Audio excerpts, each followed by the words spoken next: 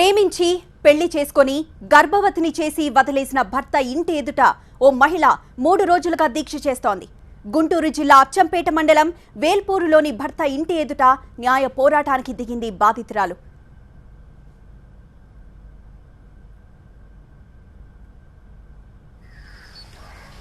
నల్గొండ జిల్లా నాంపల్లికి చెందిన సుజాత హైదరాబాద్లో టీవీ డబ్బింగ్ గుంటూరు జిల్లాలోని వేల్పూర్కు చెందిన మేడా యశ్వంత్ కుమార్తో ఫేస్బుక్లో ఆమెకు పరిచయం ఏర్పడింది. ఆ పరిచయం వారి మధ్య ప్రేమగా మారింది. యశ్వంత్ది హైదరాబాద్లోని ఓ ప్రైవేట్ కంపెనీలో ఉద్యోగం. 2 ఏళ్ల క్రితం ఇద్దరూ అక్కడే పెళ్లి చేసుకున్నారు. ఆ తర్వాత ఆమె ప్రెగ్నెంట్ కావడంతో భర్త బలవంతంగా అబార్షన్ చేయించాడు. 6 నెలల తర్వాత మళ్లీ ప్రెగ్నెంట్ కావడంతో అబార్షన్ చేయించుకోవాలని ఒత్తిడి తీసుకొచ్చాడు. బాధితురాలు ఒప్పుకోలేదు. దీంతో ఆమెకు వేధింపులు ఎక్కువయ్యాయి. భర్తపై జూబ్లీ హిల్స్ లో కేసు పెట్టడంతో యశ్వంత్ కుమార్ ని పోలీసులు అరెస్ట్ చేసి రిమాండ్ కు పంపారు.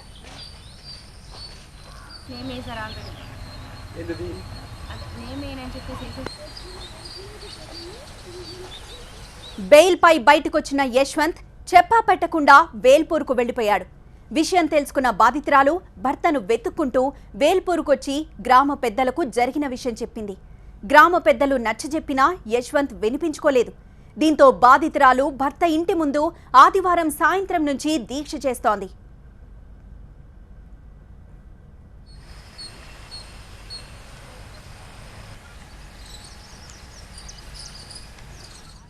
తనకు న్యాయం చేసే వరకు ఇక్కడి నుంచి కదలబోనని స్పష్టం చేస్తోంది బాధితురాలు. ప్రస్తుతం భర్త అత్తమామలు పరారీలో ఉన్నారు. ఇంటికి తాళం వేసి ఎక్కడికో వెళ్లిపోయారు. తనకు న్యాయం చేయాలని బాధితురాలు వేడుకుంటోంది.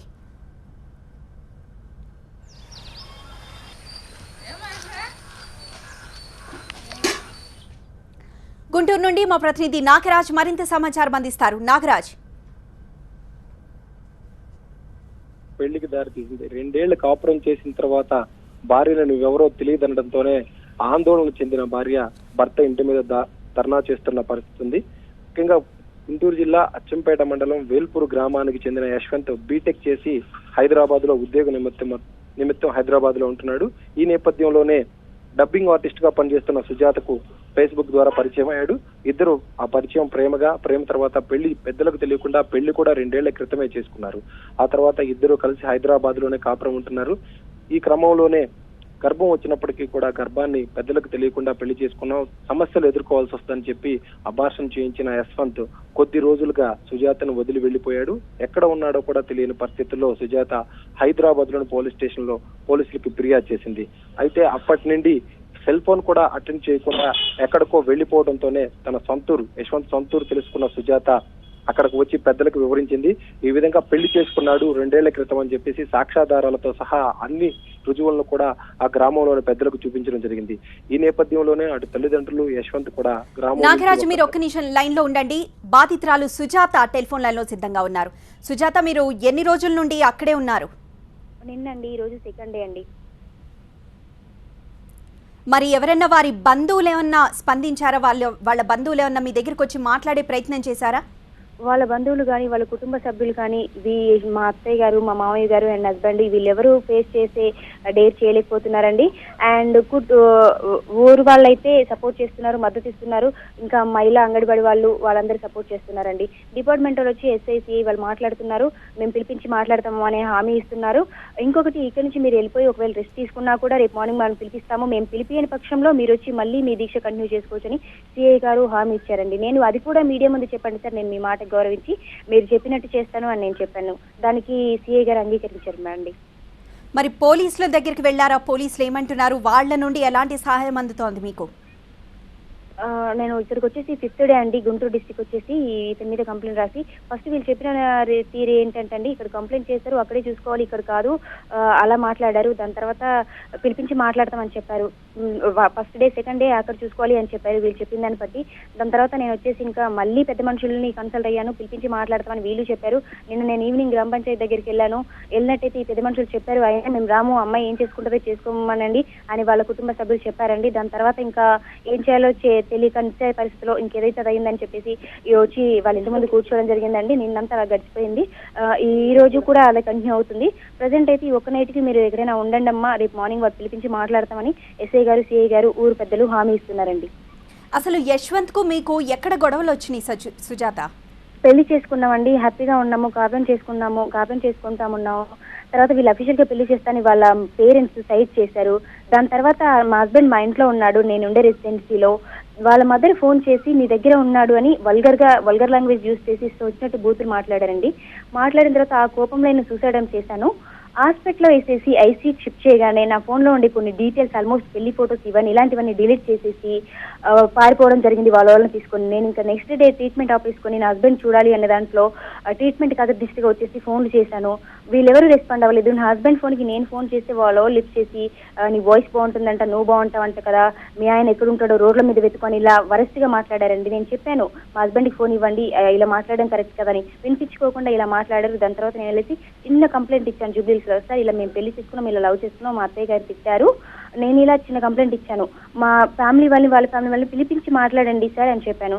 అది కూడా వాళ్ళు ఫేవర్ గా చేంజ్ చేసుకుని నా దగ్గర అన్ని ఎవిడెన్స్ ఉన్నాయి. ఫస్ట్ వీళ్ళు కొట్టింది, టార్చర్ చేసింది, కానీ ఏ ఒక్కటి వాళ్ళకి మెన్షన్ చేయకుండా, మా వాళ్ళకి చెప్పకుండా కోపాలు పెంచుకుంటారు ఎందుకు అని చెప్పేసి అన్ని నేను పక్కన పెట్టేసి నా హస్బెండ్ ని వాళ్ళ ఫ్యామిలీని పిలిపించి మాట్లాడించండి సార్ అని చెప్పాను. అది వాళ్ళు ఇష్టం వచ్చినట్టు ఫేవర్ గా మార్చుకొని చిన్న కేసు ఎఫ్ఐఆర్ ఫైల్ చేయించుకొని ఆ అమ్మాయిని యూజ్ చేసుకున్నాను సార్ 2 సంవత్సరాలు. జైలుకి వెళ్తాను, కేసు పెట్టండి, నేను జైలుకి వెళ్తాను అని ఇలా మాట్లాడి డిపార్ట్మెంట్ వాళ్ళు చెప్పినా వినకుండా అలా మాట్లాడి అబ్బాయి జైలుకి వెళ్ళి బెయిల్ మీద వచ్చాడు. 1 డేలో జైల్లో ఉన్నాడండి. దాని తర్వాత నేను 3 months నుంచి ట్రై చేస్తూనే ఉన్నాను. డిపార్ట్మెంట్ సైడ్ నుంచి, పెద్దవాళ్ళ సైడ్ నుంచి అబ్బాయి ఫేస్ చేయట్లేదు, మాకు అవసరం లేదు అని చెప్తున్నాడు. మాట్లాడుకోవడానికి నేను ట్రై చేస్తూనే ఉన్నాను. మా కొద్ది కోర్టులో తేల్చుకుంటాం అంటున్నారు. నాకు ఫైనల్ గా కావాల్సింది అబ్బాయి నన్ను కాపాడానికి తీసుకెళ్ళడం. నా లైఫ్ ఎలా నాశనం అయిందో అలా ఇంకెవరి లైఫ్ నాశనం కాకుండా ఉండడం కోసం నేను ఈ ప్రయత్నం చేస్తున్నానండి. అంటే మీరేమనుకుంటున్నారు? యశ్వంత్ ముఖం చాటేశాడు కేవలం తల్లిదండ్రులు ఆపడం వల్లేనా, లేకపోతే అతనికి ఇష్టం లేదనుకుంటున్నారా? ఫస్ట్ ఇష్టం ఉంది. వాళ్ళ తల్లిదండ్రులు చెప్పడం వల్ల నాకు ఇప్పుడు అమ్మాయి వద్దు, అమ్మాయి లేకపోతే చచ్చిపోతాను అని చెప్పి రికమెండ్ చేయించి మా ఇంటి చుట్టూ తిరిగిన అబ్బాయి, నా హస్బెండ్ ఈ అమ్మాయి లేకపోతే చచ్చిపోతాను అని చెప్పిన అబ్బాయి వాళ్ళ పేరెంట్స్ మాటలు విని అసలు ఈ అమ్మాయి వద్దు, నేను పెళ్లి చేసుకోలేదు అని చెప్తున్నాడు. అన్ని ఎవిడెన్స్ పక్కాగా ఉన్నా, వాళ్ళు చేసిన అనాచారాలకి అన్నిటికీ నా దగ్గర ఎవిడెన్స్ ఉన్నాయి. రైట్. మరి మీ కుటుంబ సభ్యుల నుండి ఏమైనా సపోర్ట్ ఉందా? సపోర్ట్ ఉంది అంటే అండి, మొన్నటి వరకు ఈ అబ్బాయి చేసింది ఏది నేను మా వాళ్ళకి చెప్పుకోలేదు. కోపాలు పెరుగుతాయి, ఎందుకు కలిసి ఉండవలసింది జీవితాంతం అని. దాని తర్వాత తెలిసింది ఇంకా ఒంటరి పోరాటం చేస్తున్నానండి. ఇన్ కేసు వాళ్ళు మారిపోయేస్తే వీళ్ళు కూడా యాక్సెప్ట్ చేయడానికి రెడీగా ఉన్నారండి. అంటే ఇప్పుడు ప్రస్తుతం అబార్షన్ చేయించుకోమంటే మీరు చేయించుకోను అనడం వల్లే ఈ గొడవలు స్టార్ట్ అయ్యాయంటారా? అవునండి, ఇంకా బయట కూడా వేరే సంబంధం చేస్తాము లోపల అన్న దాంట్లో ఉన్నారు. దానికి సంబంధించిన ఎవిడెన్స్ కూడా నాకు ఉన్నాయండి. చేయించుకొని టార్చర్ పెట్టారు, చీరతో ఊరేశాడు, కొట్టాడు. వాళ్ళ మదర్ ఫోన్ కాల్లోనే ఉన్నారు. అన్ని వాళ్ళ మదరు, మా హస్బెండ్, మా అత్త, మామ, వాళ్ళ అన్నయ్య వీళ్ళ సమక్షంలోనే జరిగిందండి. ఇంకా వీళ్ళ బంధువులు ఉన్నారండి. మా హస్బెండ్ వాళ్ళ బావ ఉన్నాడండి, అతని పేరు మోహన్ కృష్ణ అండి. వాళ్ళ చెల్లెని ఇవ్వడం కోసం ఇదంతా జరుగుతుంది. అతను కొంతమంది ఉన్నారండి, గోపి, నాగరాజు, వసంత్, వీళ్ళందరూ మా హస్బెండ్ చెడగొడుతున్నారు. వీళ్ళందరూ నా హస్బెండే కాదు, నా హస్బెండ్ తో పాటు వీళ్ళందరూ కూడా పేర్లు పెట్టుకోవడం, పెళ్ళైన వాళ్ళతో, 1-2 పాపలు ఉన్న వాళ్ళతో, వీళ్ళు ఎక్కడ వర్క్ చేస్తే అక్కడ, ఎక్కడ ఉంటే అక్కడ పేర్లు పెట్టుకొని అందరి జీవితాలు నాశనం చేస్తున్నారండి. చాలా మందికి తెలుసు, కాకపోతే ఎవరు రివీల్ అవ్వలేదు. ఇంకేదైతే అదేంటి, ఎలాగో నా లైఫ్ ఫైల్ అయింది, వీళ్ళేంటో ప్రపంచానికి చాటి చెప్పాలని ఒక చిన్న ఉద్దేశంతోనే నేను ఇక్కడి వరకు వచ్చానండి. మరి ఆదివారం నుండి మీరు భర్త ఇంటి ముందే మౌన దీక్ష చేస్తూనే ఉన్నారు. మరి మీకు ఎలాంటి సపోర్ట్ ప్రస్తుతం ఆ కాలనీ వాసులు తప్పితే ఎలాంటి సపోర్ట్ అత్తింటి నుండి లేదు. మరి ఇప్పుడు ఏం చేయబోతున్నారు, అసలు మీరేం కోరుకుంటున్నారు? నా హస్బెండ్ నన్ను కాపురానికి తీసుకెళ్లాలండి. వాళ్ళు వచ్చి మారిపోయి తీసుకెళ్తే హ్యాపీ. వాళ్ళు వచ్చేంత వరకు వెయిట్ చేస్తానండి. ఎన్ని రోజులైనా ఈ దీక్ష ఇలానే కొనసాగుతుందని నేను అనుకుంటున్నానండి. మరి యశ్వంత్ మీరు కాంటాక్ట్ చేసే ప్రయత్నం ఏమైనా చేశారా? ఏమైనా మాట్లాడారా? మీరు ఇక్కడ ఉన్నట్లు తెలుసా? నేను ఇక్కడికి వచ్చే ముందు రోజు అదే వాళ్ళు ఉన్నారండి. నేను ఇక్కడికి వచ్చి 1 hour ముందు కూడా వాళ్ళు ఇక్కడే ఉన్నారు. నేను వస్తున్నానే విషయం ఇంటిమేట్ చేస్తే మేబీ ఎవరైనా చేసి ఉండొచ్చు నేను ఊర్లోకి వచ్చిన తర్వాత. సో వాళ్ళు అందుకని ముందుగానే ఇళ్లకు తాళాలేసి మొహం చాటేసి ఈ చుట్టుపక్కలనే ఉన్నారు. మొత్తానికైతే వాళ్ళు ఇదే ఊర్లో ఉన్నారు. చుట్టుపక్కల వాళ్ళు తెలిసిన వాళ్ళ ఇంట్లో తలదాచుకున్నారండి. ఇంటికి రాకుండా ఇళ్లకు తాళాలు వేసుకొని ఫేస్ చేయలేక ఉన్నారు. ఇప్పుడు మా పేరెంట్స్ తెలియదు అని చెప్తున్నారు. మా అత్తయ్య 1 year నుంచి నాతో మాట్లాడుతుంది. పెళ్లికి ముందు, పెళ్లి తర్వాత, ప్రెగ్నెన్సీ విషయం, మేము పెళ్లి చేసుకున్న విషయం, అబ్బాయి నాతో ఫిజికల్ గా ఉన్నాడు 8 రోజుల ముందు అని ప్రతి ఒక్కటి ఈచ్ అండ్ ఎవ్రీథింగ్ మా అత్తయ్యకి తెలుసు. మా అత్తయ్య ప్రమేయం లేకుండా ఏది లేదు. మా హస్బెండ్ నాతో మాట్లాడిన ప్రతి ఒక్కటి కూడా మా అత్తయ్య నాతో మళ్ళీ డిస్కషన్ లో మాట్లాడితే మేము ఇద్దరు మాట్లాడుకున్నప్పుడు బావా అత్తయ్య అడిగింది ఎలా తెలుసు అంటే కాన్ఫరెన్స్ లో ఉంది అని చెప్పేవాడు. మా హస్బెండ్ నాతో మాట్లాడిన ప్రతి ఒక్కటి కాన్ఫరెన్స్ కాల్ పెట్టి వాళ్ళ మదర్కి వినిపించేవాడు. సో మా అత్తయ్య ప్రమేయం, మా ఫ్యామిలీ వాళ్ళ కుటుంబ సభ్యుల ప్రమేయం లేకుండా ఏది జరగలేదండి. అన్ని కావాలని చేసి ఇక్కడ వరకు తీసుకొచ్చి చిన్న కంప్లైంట్ ఇస్తాను ఈ అమ్మాయి వద్దు అని, క్యారెక్టర్లెస్ అని తప్పుడు ప్రచారాలు చేస్తున్నారు. అంతవరకు నిజం కాదు. దానికి సంబంధించిన ప్రతి ఒక్క ఎవిడెన్స్ నా దగ్గర ఉందండి. మరి మీరు యశ్వంత్కి నచ్చజెప్పే ప్రయత్నం చేశారు, అయినా యశ్వంత్ మాట వినడం లేదు. వాళ్ళ తల్లిదండ్రులతో పాటు ఇంకెక్కడో వేరొక ప్రాంతంలో ఉంటున్నారని చెప్తున్నారు. మీకు ఎలాంటి భరోసా ఉంది? తను వాళ్ళ పేరెంట్స్ అబ్బాయిని బాగా ఒత్తిడి చేస్తున్నారు. ఇప్పుడు కంప్లైంట్ చేసింది అది ఇది అని. కానీ నేను కావాలని ఉద్దేశపూర్వకంగా కంప్లైంట్ చేయలేదు. ఎన్ని చేసినా భరించాను, సహించాను. ఇప్పటికి కూడా ఇంత చేసిన హస్బెండే కావాలి అనుకుంటున్నాను అంటే ఇప్పుడు నేను నన్ను తీసుకెళ్ళిన కాపాడిని కొన్ని రోజులు టార్చ్ చేసేస్తారు. ఎందుకంటే వాళ్ళ గురించి నాకు తెలుసు కాబట్టి. అయినా భరిస్తాను. వాళ్ళని అబ్బాయిని మార్చుకోవడానికి ట్రై చేస్తాను. వీలైతే మా అత్తమామని కూడా మార్చుకోవడానికి ట్రై చేస్తాను. దాంట్లోనే నేను ఉన్నానండి. మరి పోలీసులకి సాక్ష్యాలన్నీ చూపించారా? లేకపోతే పోలీసుల నుండి ఎలాంటి స్పందన వస్తుంది? వాళ్ళని వెతుకు పెట్టుకునే ప్రయత్నం ఏమైనా చేస్తున్నారా?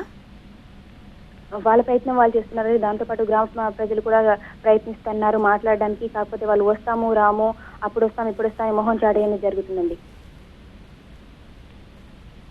Right, thank you Sujatha. Okay అండి. భర్త ఇంటి ముందు భార్య న్యాయ పోరాటానికి దిగింది. బాధితురాలు 3వ రోజు తన దీక్షను కొనసాగిస్తోంది. ప్రేమించి పెళ్లి చేసుకున్నారు యశ్వంత్, సుజాత. ఆ తర్వాత గర్భం దాల్చిన తర్వాత అబార్షన్ చేయించాడు యశ్వంత్.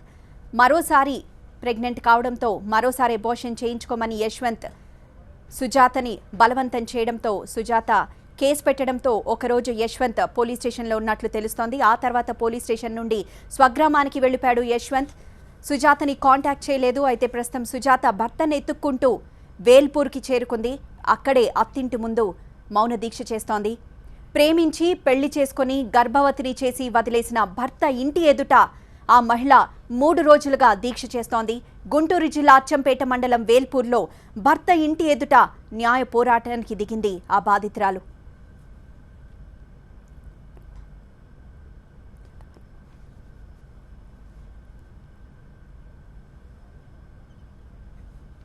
నల్గొండ జిల్లా నాంపల్లికి చెందిన సుజాత హైదరాబాద్లో టీవీ డబ్బింగ్ క్యారెక్టర్ ఆర్టిస్ట్గా పనిచేస్తుంది.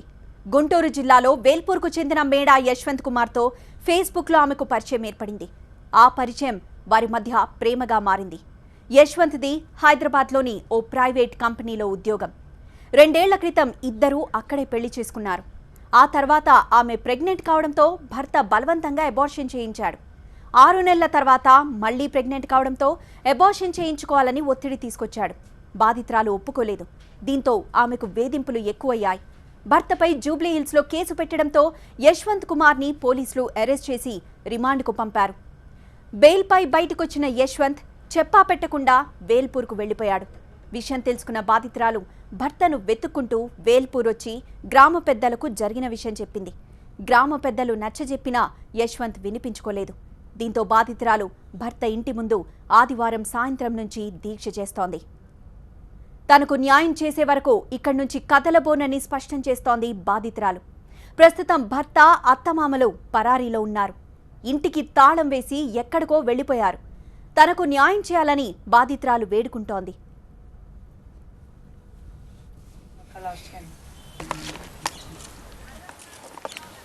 ఫెయిల్ అవుతుంది.